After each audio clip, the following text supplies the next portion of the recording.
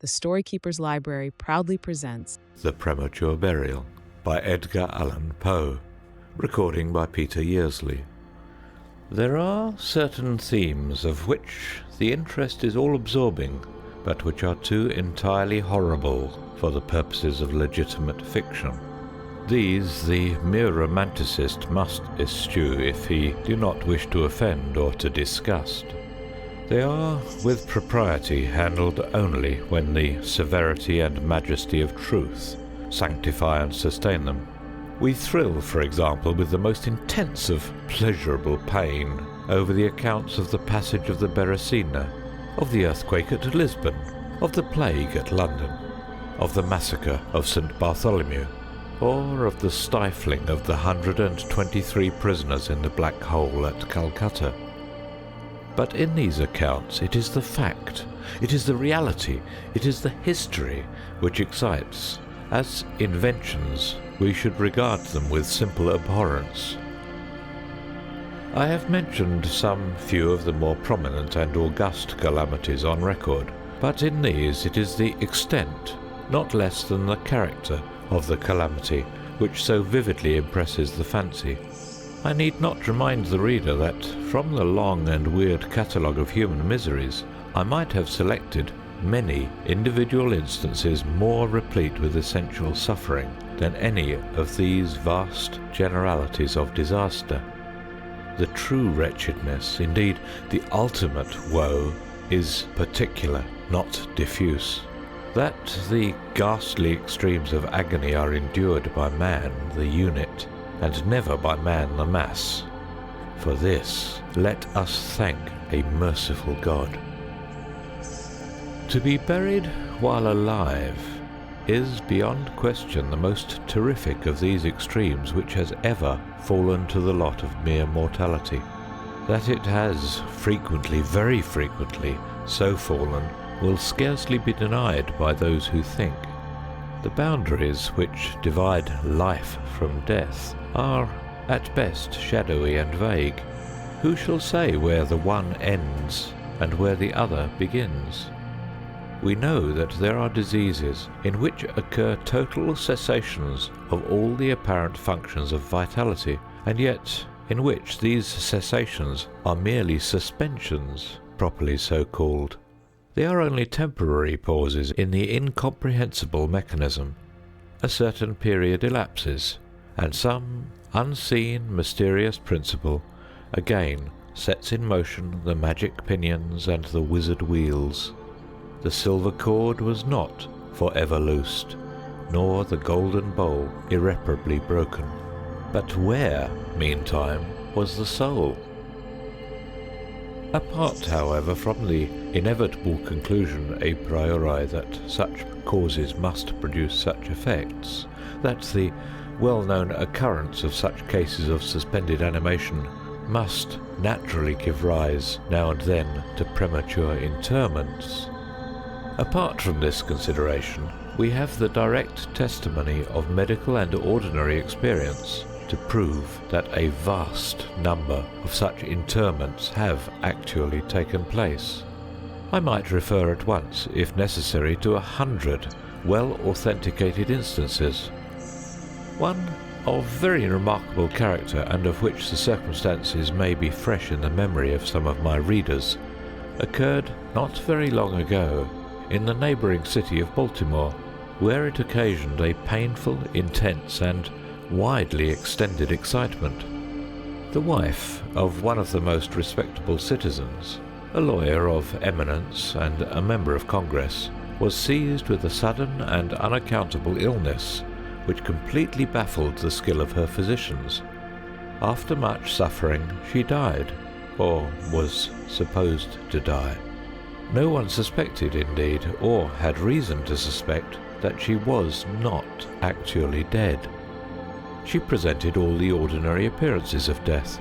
The face assumed the usual pinched and sunken outline. The lips were of the usual marble pallor. The eyes were lustreless. There was no warmth. Pulsation had ceased. For 3 days the body was preserved unburied, during which it had acquired a stony rigidity.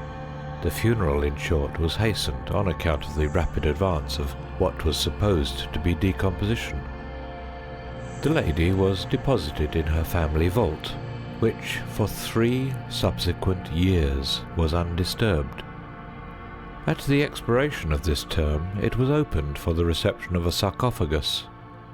But alas, how fearful a shock awaited the husband, who personally threw open the door. As its portals swung outwardly back, some white apparelled object fell rattling within his arms. It was the skeleton of his wife in her yet unmoulded shroud. A careful investigation rendered it evident that she had revived within 2 days after her entombment, that her struggles within the coffin had caused it to fall from a ledge or shelf to the floor, where it was so broken as to permit her escape. A lamp which had been accidentally left full of oil within the tomb was found empty. It might have been exhausted, however, by evaporation. On the uttermost of the steps which led down into the dread chamber was a large fragment of the coffin, with which it seemed that she had endeavoured to arrest attention by striking the iron door. While thus occupied, she probably swooned, or possibly died, through sheer terror, and, in failing, her shroud became entangled in some ironwork which projected interiorly. Thus she remained, and thus she rotted erect. In the year 1810, a case of living inhumation happened in France, attended with circumstances which go far to warrant the assertion that truth is indeed stranger than fiction.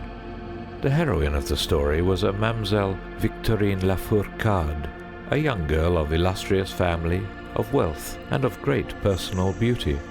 Among her numerous suitors was Julien Bossuet, a poor litterateur or journalist of Paris.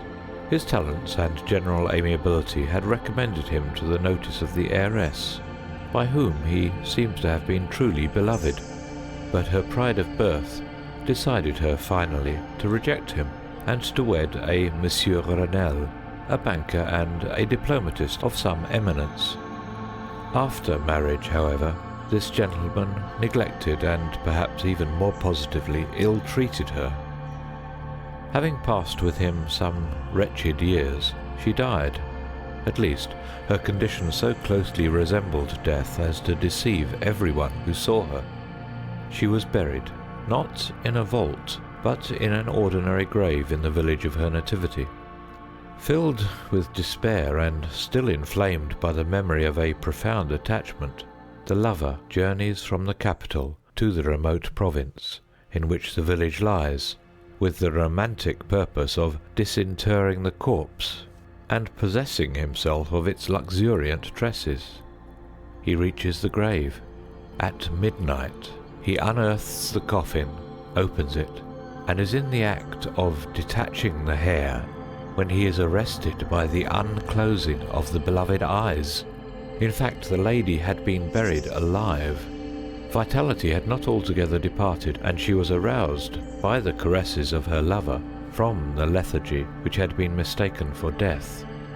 He bore her frantically to his lodgings in the village. He employed certain powerful restoratives, suggested by no little medical learning. In fine, she revived. She recognized her preserver. She remained with him until, by slow degrees, she fully recovered her original health. Her woman's heart was not adamant, and this last lesson of love sufficed to soften it. She bestowed it upon Bossuet. She returned no more to her husband, but, concealing from him her resurrection, fled with her lover to America. 20 years afterward, the two returned to France, in the persuasion that time had so greatly altered the lady's appearance that her friends would be unable to recognize her. They were mistaken, however, for at the first meeting, Monsieur Renelle did actually recognize and make claim to his wife. This claim she resisted, and a judicial tribunal sustained her in her resistance, deciding that the peculiar circumstances, with the long lapse of years, had extinguished not only equitably but legally the authority of the husband. The Chirurgical Journal of Leipzig, a periodical of high authority and merit, which some American bookseller would do well to translate and republish, records in a late number a very distressing event of the character in question. An officer of artillery, a man of gigantic stature and of robust health, being thrown from an unmanageable horse, received a very severe contusion upon the head, which rendered him insensible at once. The skull was slightly fractured, but no immediate danger was apprehended. Trepanning was accomplished successfully. He was bled, and many other of the ordinary means of relief were adopted.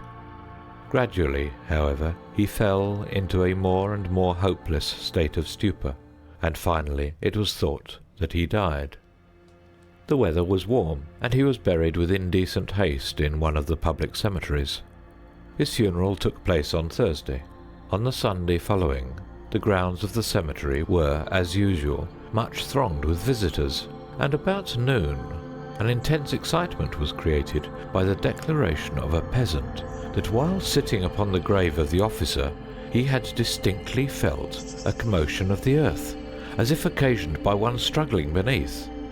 At first little attention was paid to the man's asseveration, but his evident terror and the dogged obstinacy with which he persisted in his story had at length their natural effect upon the crowd. Spades were hurriedly procured, and the grave, which was shamefully shallow, was in a few minutes so far thrown open that the head of its occupant appeared. He was then seemingly dead, but he sat nearly erect within his coffin, the lid of which, in his furious struggles, he had partially uplifted. He was forthwith conveyed to the nearest hospital, and there pronounced to be still living, although in an asphytic condition. After some hours he revived, recognized individuals of his acquaintance, and in broken sentences spoke of his agonies in the grave. From what he related, it was clear that he must have been conscious of life for more than an hour, while inhumed, before lapsing into insensibility. The grave was carelessly and loosely filled with an exceedingly porous soil, and thus some air was necessarily admitted. He heard the footsteps of the crowd overhead, and endeavoured to make himself heard in turn. It was the tumult within the grounds of the cemetery, he said, which appeared to awaken him from a deep sleep, but no sooner was he awake than he became fully aware of the awful horrors of his position.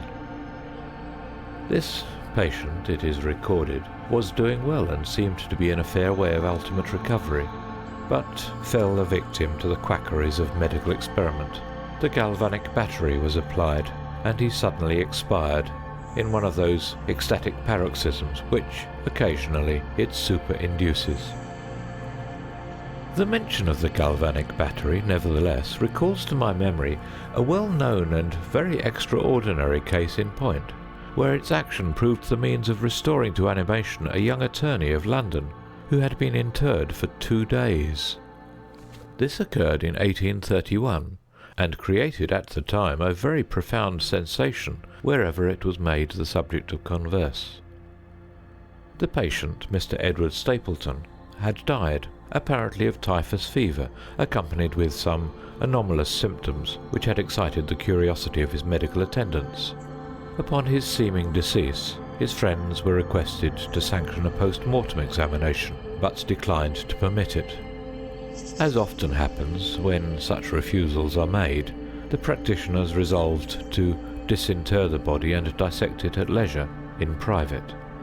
Arrangements were easily effected with some of the numerous corps of body snatchers with which London abounds, and upon the 3rd night after the funeral, the supposed corpse was unearthed from a grave 8 feet deep and deposited in the opening chamber of one of the private hospitals. An incision of some extent had actually been made in the abdomen when the fresh and undecayed appearance of the subject suggested an application of the battery. One experiment succeeded another, and the customary effects supervened, with nothing to characterize them in any respect except upon one or two occasions, a more than ordinary degree of lifelikeness in the convulsive action. It grew late. The day was about to dawn, and it was thought expedient at length to proceed at once to the dissection. A student, however, was especially desirous of testing a theory of his own, and insisted upon applying the battery to one of the pectoral muscles. A rough gash was made, and a wire hastily brought in contact, when the patient, with a hurried but quite unconvulsive movement, arose from the table, stepped into the middle of the floor, gazed about him uneasily for a few seconds, and then spoke. What he said was unintelligible, but words were uttered. The syllabification was distinct. Having spoken, he fell heavily to the floor. For some moments all were paralyzed with awe, but the urgency of the case soon restored them their presence of mind. It was seen that Mr. Stapleton was alive, although in a swoon.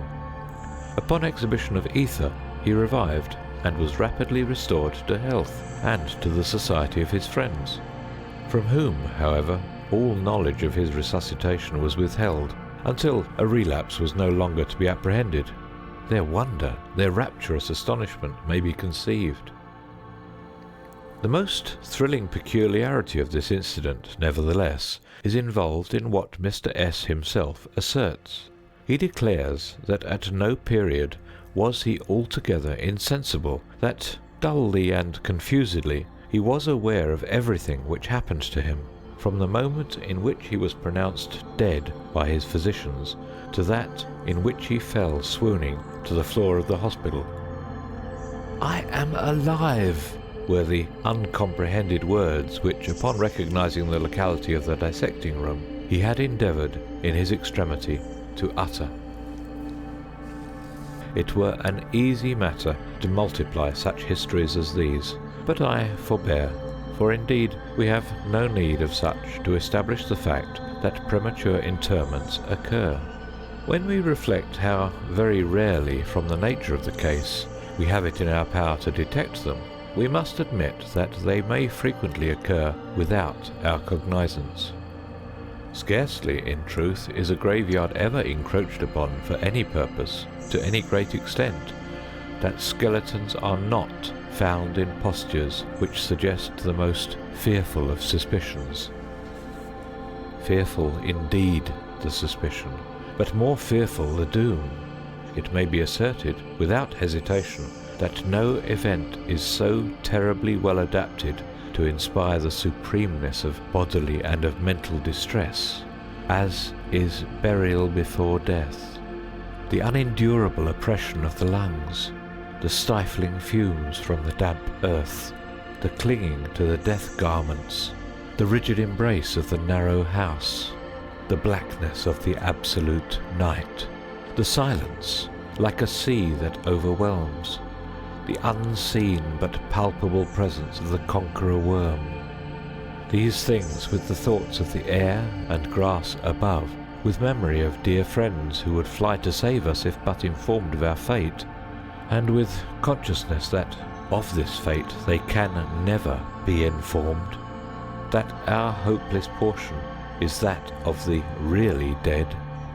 These considerations, I say, carry into the heart which still palpitates a degree of appalling and intolerable horror from which the most daring imagination must recoil. We know of nothing so agonizing upon earth. We can dream of nothing half so hideous in the realms of the nethermost hell.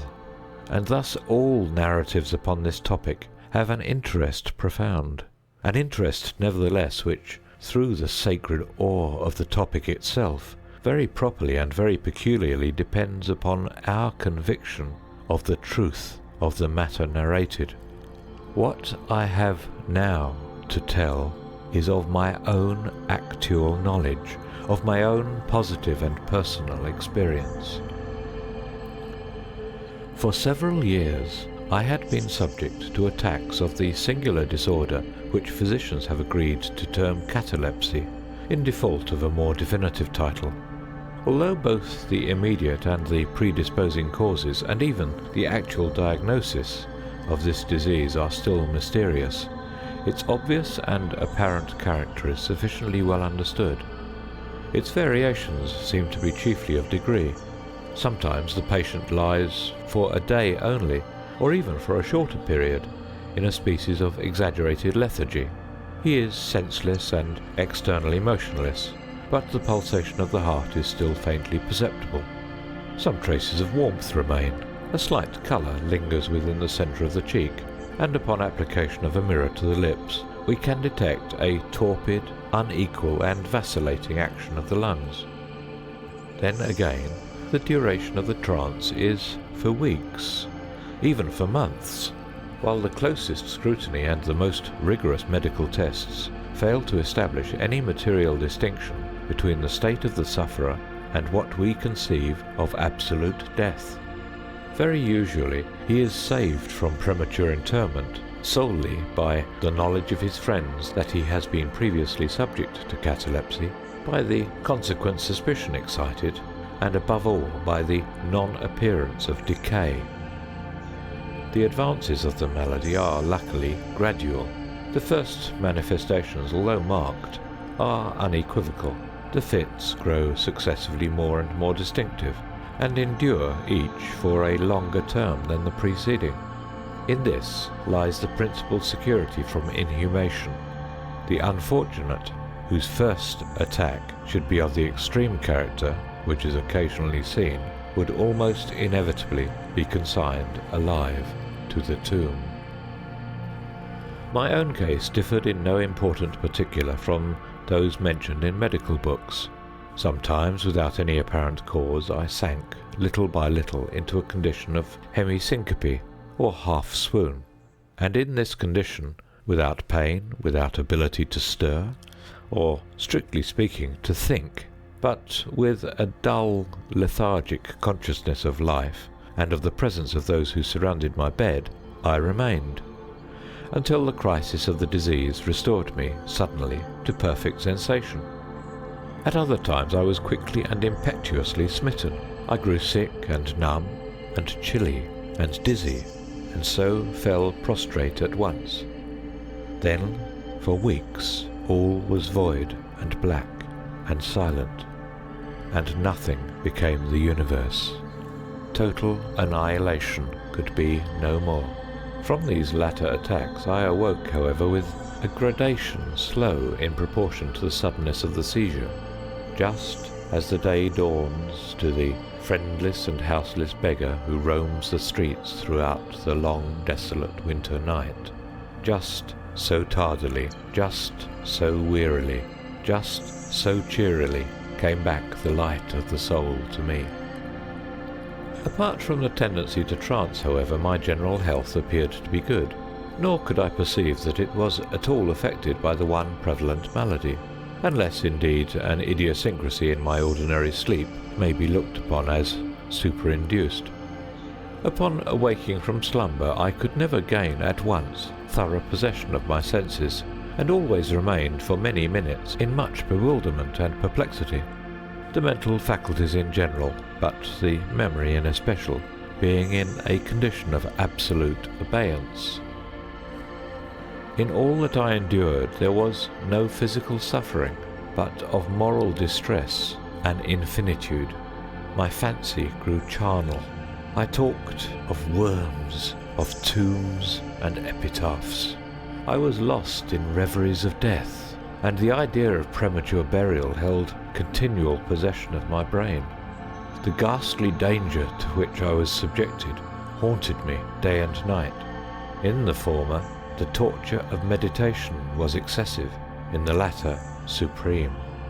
When the grim darkness overspread the earth, then, with every horror of thought, I shook as the quivering plumes upon the hearse.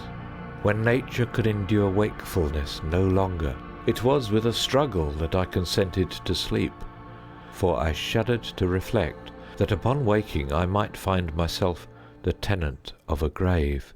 And when finally I sank into slumber, it was only to rush at once into a world of phantasms, above which, with vast sable overshadowing wing, hovered predominant the one sepulchral idea.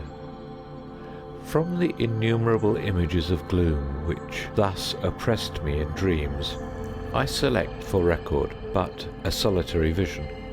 Methought I was immersed in a cataleptic trance of more than usual duration and profundity. Suddenly there came an icy hand upon my forehead, and an impatient, gibbering voice whispered the word "Arise!" within my ear.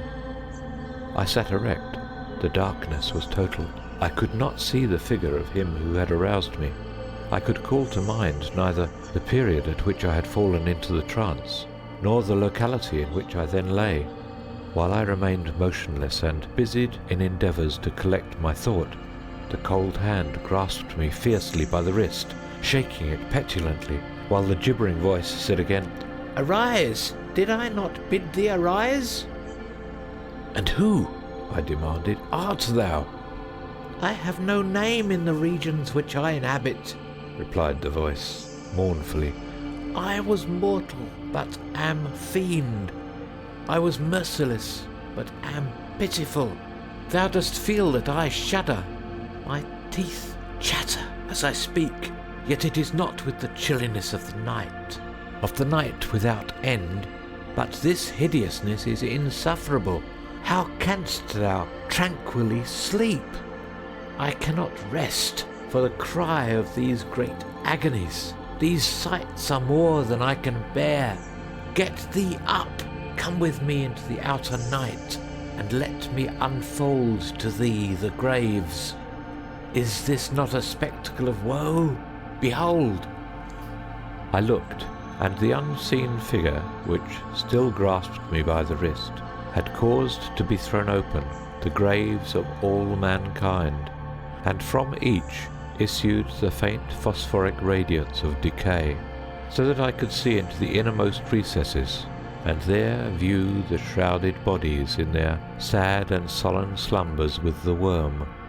But, alas, the real sleepers were fewer by many millions than those who slumbered not at all.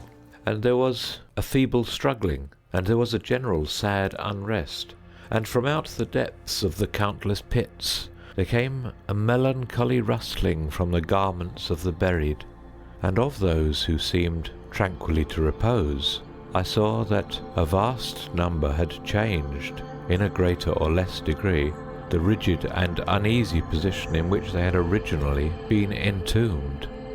And the voice again said to me as I gazed, "Is it not a pitiful sight?" But before I could find words to reply, the figure had ceased to grasp my wrist. The phosphoric lights expired, and the graves were closed with a sudden violence, while from out them arose a tumult of despairing cries, saying again, "Is it not, O God, is it not a very pitiful sight?" Fantasies such as these, presenting themselves at night, extended their terrific influence far into my waking hours. My nerves became thoroughly unstrung, and I fell a prey to perpetual horror. I hesitated to ride, or to walk, or to indulge in any exercise that would carry me from home. In fact, I no longer dared trust myself out of the immediate presence of those who were aware of my proneness to catalepsy, lest, falling into one of my usual fits, I should be buried before my real condition could be ascertained. I doubted the care, the fidelity of my dearest friends. I dreaded that in some trance of more than customary duration they might be prevailed upon to regard me as irrecoverable. I even went so far as to fear that as I occasioned much trouble, they might be glad to consider any very protracted attack as sufficient excuse for getting rid of me altogether. It was in vain they endeavoured to reassure me by the most solemn promises. I exacted the most sacred oaths that under no circumstances they would bury me until decomposition had so materially advanced as to render farther preservation impossible. And even then my mortal terrors would listen to no reason, would accept no consolation. I entered into a series of elaborate precautions. Among other things, I had the family vault so remodelled as to admit of being readily opened from within. The slightest pressure upon a long lever that extended far into the tomb would cause the iron portal to fly back.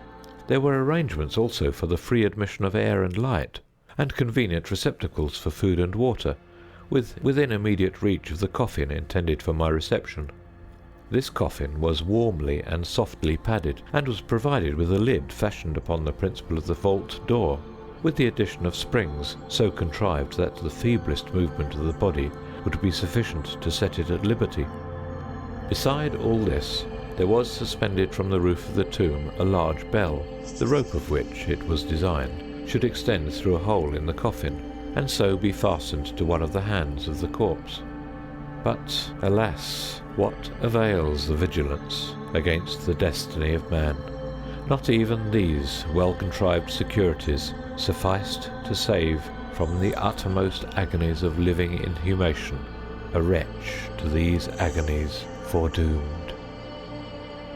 There arrived an epoch, as often before there had arrived, in which I found myself emerging from total unconsciousness into the first feeble and indefinite sense of existence.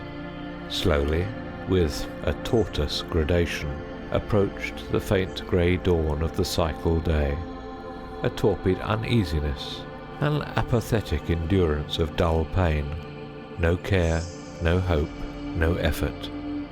Then, after a long interval, a ringing in the ears. Then, after a lapse still longer, a prickling or tingling sensation in the extremities. Then a seemingly eternal period of pleasurable quiescence, during which the awakening feelings are struggling into thought. Then a brief re-sinking into nonentity, then a sudden recovery. At length, the slight quivering of an eyelid, and immediately thereon, an electric shock of a terror, deadly and indefinite, which sends the blood in torrents from the temples to the heart. And now the first positive effort to think, and now the first endeavour to remember, and now a partial and evanescent success. And now the memory has so far regained its dominion that in some measure I am cognizant of my state. I feel that I am not awaking from ordinary sleep. I recollect that I have been subject to catalepsy, and now at last, as if by the rush of an ocean, my shuddering spirit is overwhelmed by the one grim danger, by the one spectral and ever-prevalent idea. For some minutes after this fancy possessed me, I remained without motion. And why? I could not summon courage to move. I dared not make the effort which was to satisfy me of my fate. And yet there was something at my heart which whispered me it was sure. Despair, such as no other species of wretchedness ever calls into being. Despair alone urged me, after long irresolution, to uplift the heavy lids of my eyes. I uplifted them. It was dark, all dark. I knew that the fit was over. I knew that the crisis of my disorder had long passed. I knew that I had now fully recovered the use of my visual faculties, and yet it was dark, all dark. The intense and utter raylessness of the night that endureth for evermore. I endeavoured to shriek, and my lips and my parched tongue moved convulsively together in the attempt, but no voice issued from the cavernous lungs, which, oppressed as if by the weight of some incumbent mountain, gasped and palpitated with the heart at every elaborate and struggling inspiration. The movement of the jaws, in this effort to cry aloud, showed me that they were bound up, as is usual with the dead. I felt too that I lay upon some hard substance, and by something similar my sides were also closely compressed. So far I had not ventured to stir any of my limbs, but now I violently threw up my arms, which had been lying at length with the wrists crossed. They struck a solid wooden substance, which extended above my person at an elevation of not more than 6 inches from my face. I could no longer doubt that I reposed within a coffin at last. And now, amid all my infinite miseries, came sweetly the cherub hope, for I thought of my precautions. I writhed and made spasmodic exertions to force open the lid. It would not move. I felt my wrists for the bell rope. It was not to be found. and now the comforter fled for ever, and a still sterner despair reigned triumphant, for I could not help perceiving the absence of the paddings which I had so carefully prepared. And then, too, there came suddenly to my nostrils the strong, peculiar odour of moist earth. The conclusion was irresistible. I was not within the vault. I had fallen into a trance while absent from home, while among strangers, when or how I could not remember, and it was they who had buried me as a dog, nailed up in some common coffin, and thrust deep, deep, and for ever into some ordinary and nameless grave. As this awful conviction forced itself thus into the innermost chambers of my soul, I once again struggled to cry aloud, and in this second endeavour I succeeded. A long, wild, and continuous shriek, or yell of agony, resounded through the realms of the subterranean night. "Hello? Hello there," said a gruff voice in reply. "What the devil's the matter now?" said a second. "Get out of that," said a third. "What do you mean by yowling in that here kind of style, like a cattymount?"